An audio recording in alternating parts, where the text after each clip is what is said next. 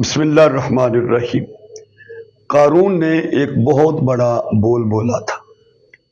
اس نے کہا کہ میرے پاس جو کچھ ہے وہ میرے علم، میری تکنیک، میری قابلیت کی وجہ سے۔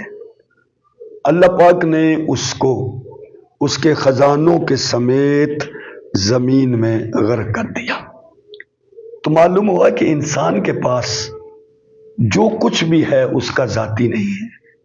انسان کے پاس جو کچھ بھی ہے، اس کی زندگی، اس کی صلاحیت، اس کی قابلیت، اس کا علم، اس کا فن، اس کی صحت، اس کے پاس کوئی نعمت، اس کی دولت، اس کا تاج تخت، اس کی حکومت، اس کی طاقت، جو کچھ بھی ہے وہ انسان کے پاس اس کا ذاتی نہیں ہے۔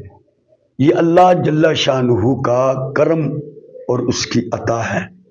تو انسان کو کسی لمحے بھی یہ نہیں بھولنا چاہیے کہ یہ میرا ہے، بلکہ ہر لمحے اسے یہ یاد رکھنا چاہیے کہ یہ سب اللہ کی عطا ہے۔ اور جب انسان ان نعمتوں کے ہونے کے باوجود بھی اللہ کی ذات کی طرف متوجہ ہوتا ہے اور اپنی زبان سے شکر ادا کرتا ہے، تو اللہ تعالیٰ اس کو عروج دیتا ہے، بلندی دیتا ہے، رفتیں عطا کرتا ہے۔